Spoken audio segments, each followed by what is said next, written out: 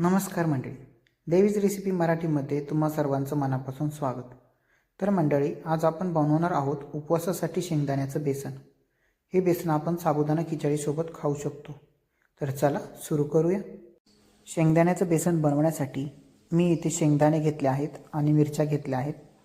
आपल्याला ही शेंगदाणे आणि मिरच्या मिक्सरच्या भांड्यात बारीक करून घ्यायची आहे। इथे मी मिक्सरच्या भांड्यात शेंगदाणे आणि मिरच्या घेतल्या आहेत। आता आपण हे बारीक करून घेऊया। आता मी शेंगदाणे आणि मिरच्या व्यवस्थितपणे मिक्सरच्या भांड्यात बारीक करून घेतल्या आहेत। तुम्ही पाहू शकता अशा प्रकारे मी बारीक करून घेतला आहे। त्यामध्ये थोडं पाणी टाकून मिक्सरला बारीक केलं आहे।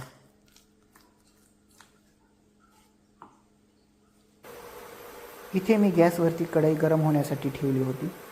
आता त्यामध्ये आपण 2 चमचे तेल ओतून घेणार आहोत। तेल चांगले गरम झाले की त्यामध्ये आपण मिरच्या आणि शेंगदाण्याचं वाटण व्यवस्थितपणे परतून घेणार आहोत।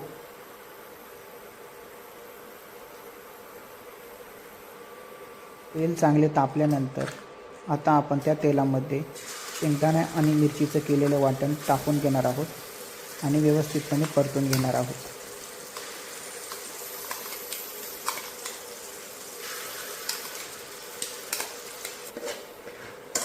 शेंगदाणा आणि मिरचीचं वाटण टाकल्यानंतर आता आपल्याला ते मिक्सचर 3 ते 4 मिनिटे व्यवस्थित लहान गॅसवरती परतून घ्यायचं आहे।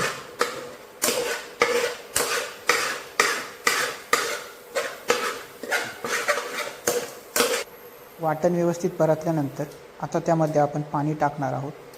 तुम्ही पाहू शकता ज्या मिक्सरच्या भांड्यामध्ये मी शेंगदाणा आणि मिरचीचं वाटण केलं होतं त्यामध्येच मी पाणी घेतलं आहे, जेणेकरून त्यात राहिलेले शेंगदाणा आणि मिरचीचं वाटण व्यवस्थितपणे त्या पाण्यात मिसळून येईल।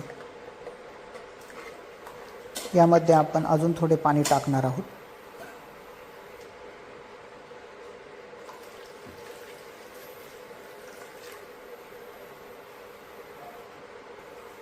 आता आपण यामध्ये चवीनुसार मीठ टाकून घेणार आहोत। मीठ टाकल्यानंतर हे बेसन आपल्याला 10 ते 15 मिनिटे व्यवस्थितपणे उकळी येऊन द्यायची आहे।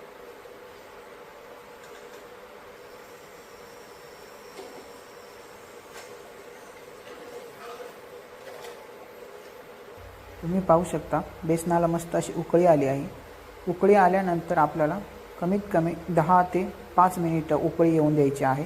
त्यानंतर आपण गॅस बंद करणार आहोत।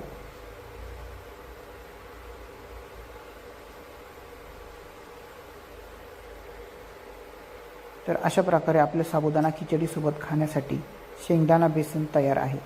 हे बेसन खिचडीमध्ये खूप छान लागते। उपवासासाठी एकदम सोप्या पद्धतीने बनवले जाणारे हे बेसन तुम्ही नक्की ट्राय करा। व्हिडिओ आवडला असल्यास व्हिडिओला लाईक करा, चॅनलला सबस्क्राईब करा आणि बेल आयकॉनला प्रेस करा। थँक्यू।